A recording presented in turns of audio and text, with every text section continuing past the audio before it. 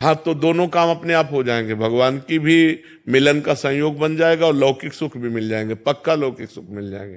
तो हम अगर ये कि केवल नाम जप करने से लौकिक कामनाएं पूर्ण हो जाएंगी, हाँ पूर्ण हो जाएंगी, सब कामनाएं पूर्ण हो जाएंगी। हम उदाहरण है, तो हम तुम्हारे पास उदाहरण है। वो व्यक्ति है जिसके खाने के लिए एक टुकड़ा रोटी नहीं, जिसके रहने के लिए 1 इंच जमीन नहीं, जिसके पास 1 रुपया नहीं, एक आदमी बात करने वाला नहीं। आज आप देख लीजिए, तो ये क्या है? अगर हम भगवान से न जुड़े हो तो हमसे कोई राधे राधे कहे क्या?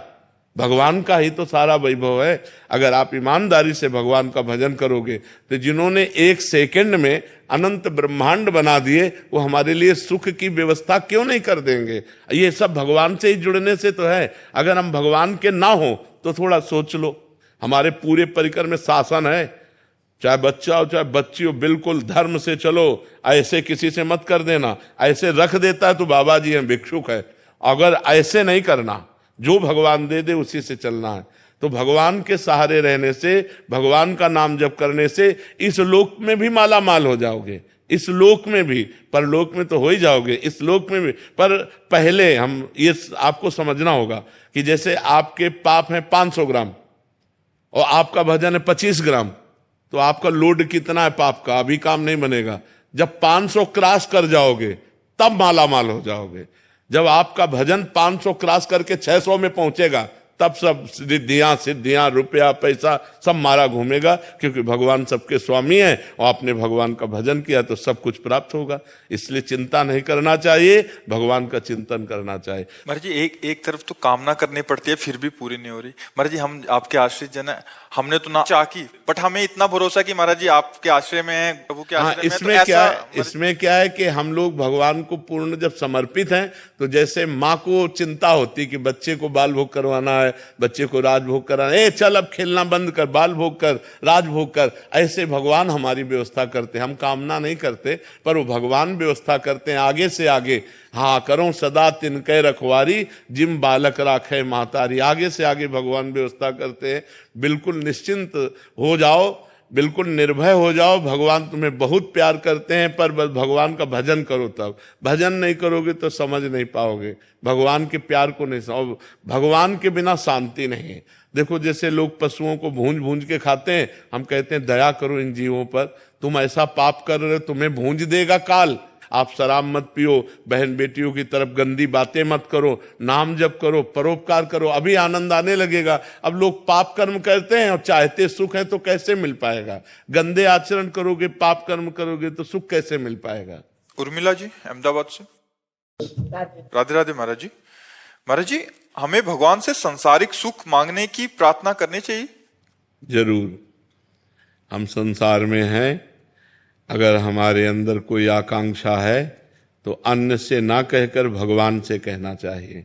भगवान ने 4 प्रकार के भक्त बताए हैं, आर्त, अर्थार्थी, जिज्ञासु और ज्ञानी। आर्त, संकट निवृत्ति के लिए केवल भगवान का आश्रय। अर्थार्थी, धन प्राप्ति के लिए केवल भगवान का आश्रय। जिज्ञासु, अपने आप को भगवान के चरणों में समर्पित करने के लिए जो ज्ञान चाहिए, हमारी हर जिज्ञासा की पूर्ति जगत गुरु भगवान से। और ज्ञानी, जो भगवान में अभेद हो चुका है, जो भगवत स्वरूप हो चुका है, ब्रह्मविद ब्रह्म भवति। तो हमारे शास्त्र आज्ञा करते हैं कि अगर हमें अर्थ की प्राप्ति चाहिए तो केवल भगवान से चाहिए। हम भगवान के ही आश्रित रहें, किसी व्यक्ति के आश्रित न रहें, और प्रयत्न करें, प्रयास करें, खूब नाम जप करें, भगवत स्तोत्रों का गायन करें, भगवत आराधना करें, और भगवान से धन चाहें तो प्राप्त हो जाएगा। पर ध्यान रहे, जब तक पाप रहेगा तब तक नहीं प्राप्त होगा। जब आपका पाप क्षय पहले करेगा नाम जप, तब आपको प्राप्ति होगी। केवल कामना करने से धन की प्राप्ति नहीं होगी।